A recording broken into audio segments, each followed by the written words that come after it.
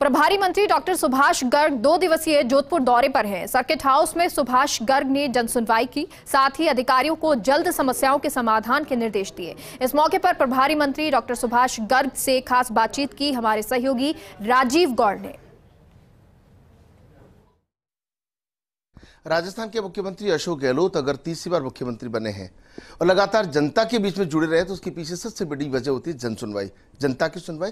और क्योंकि जनता ने ही उन्हें चुना है और उसी को जिस तरीके से जोधपुर के प्रभारी मंत्री सुभाष गर्ग जब भी जोधपुर आते हैं जनसुनवाई करते हैं। कल बिलाड़ा में थे, चिलचिलाती धूप थी, 43 डिग्री से ज़्यादा तापमान था, उसके बावजूद जनसुनवाई की है। और आज जिस तरीके से जनसुनवाई के माध्यम से लोगों की ज्ञापन लेकर विश्वास दिलाया कि जो भी वाजिब काम है वो रुकेगा नहीं। उसके अलावा जो चौथी लहर की संभावना है, उसके अलावा बिजली कटौती भी हो रही है, गर्मी भीषण है, पेयजल की व्यवस्था है, उन सबको लेकर के अधिकारियों से फीडबैक लिया। इस वक्त प्रभारी मंत्री सुभाष गर्ग हमारे साथ, उनसे जान लेते हैं। सर, लगातार जिस तरीके से आप आते हैं, मुख्यमंत्री जनसुनवाई करते हैं, क्या आपको लगता है कि जनसुनवाई का वापस कुछ असर आता होगा, कुछ काम होते हैं लोगों के?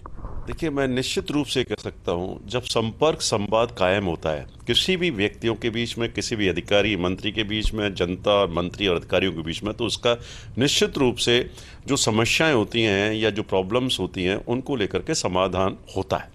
कल ही जैसे मैंने बिलाड़ा में जन सुनवाई की थी, उस बिलाड़ा में देखने को मिला कि पट्टे इशू नहीं हो रहे थे, लोगों को इधर से उधर घुमाया जा रहा था और पट्टों में कोई कमी नहीं थी। पत्रावली पर तुरंत निर्देश दिए, एसडीएम और ईओ को पाबंद किया और मैं समझता हूँ कल वो पट्टा जारी हो जाएगा।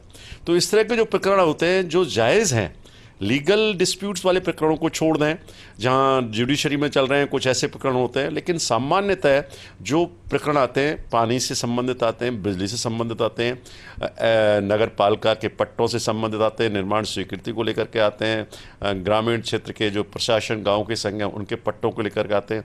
कुछ जन समस्या ऐसी होती है, क्रमोन्नत स्कूल को क्रमोन्नत करने के मामले आते हैं, कुछ स्वास्थ्य केंद्रों को क्रमोन्नत करने के मामले आते हैं, कुछ सड़कों के निर्माण के मिसिंग लिंक के हैं, पानी की पाइपलाइन के बिछाने के हैं, पानी की अतिरिक्त व्यवस्था के, इस तरह के प्रकरण सामान्यतः आते हैं। लेकिन सर, अभी आपको देखा, आप जब बाथरूम से बाहर आ रहे थे आपने लाइट बंद की, आपको लगता है कि लोगों को बिजली कटौती इस वक्त हो रही है, तो एक तो बिजली कटौती का सच क्या है और लोग, हर व्यक्ति कैसे अपना जिम्मेदारी समझे कि जितनी जरूरत हो उतनी बिजली उपयोग करे? एक्चुअली देखें तो इस वक्त जो बिजली का संकट पूरे देश में है, राजस्थान में नहीं पूरे देश में। मैंने आज ही पढ़ रहा था, उसमें लगभग देखा जाए तो उत्तर प्रदेश के गांव में केवल 4 या 5 घंटे बिजली आ रही है। ऐसे अन्य राज्य भी है, एमपी है, बिहार भी है, सब जगह राजस्थान में। ये देश के सामने कोयले का जो संकट हुआ है उसकी वजह से, और दूसरा डिमांड जो है इस सीज़न में, अप्रैल मई और जून का जो सीज़न होता है, इसमें डिमांड करीब 30-40% बढ़ जाती है। तो इसको डिमांड की आपूर्ति सुनिश्चित करने के लिए निश्चित रूप से ये प्रॉब्लम आती है। लेकिन मैं ये कह सकता हूँ, माननीय मुख्यमंत्री जी के निर्देशन में जो काम चल रहा है बिजली उत्पादन में, और जो सोलर हब के माध्यम से सोलर एनर्जी के उत्पादन पर जो जोर है, आने वाले 1-1.5 साल में मैं सोचता हूँ राजस्थान आत्मनिर्भर हो जाएगा। देख सकते हैं कि जैसे मुख्यमंत्री की सोच वैसे ही मुख्यमंत्री के प्रतिनिधि यानी जोधपुर के प्रभारी, क्योंकि मुख्यमंत्री बार बार जोधपुर आ नहीं सकते, पूरे प्रदेश की जिम्मेदारी ऊपर है। प्रभारी मंत्री सुभाष गर्ग ने कल से लेकर आज तक जिस तरीके से अधिकारियों से फीडबैक लिया है और आवश्यक दिशा निर्देश दिए हैं, उसके चलते लगता है कि ये गर्मी के दिन भी निकल जाएंगे, ये बिजली कटौती के दिन भी निकल जाएंगे, चौथी लहर भी निकल जाएगी, क्योंकि सब कलेक्टिव प्रयास करेंगे तभी सकारात्मक परिणाम आते हैं। तो वन सिंह गहलोत के साथ Rajeev Gaur, First India news.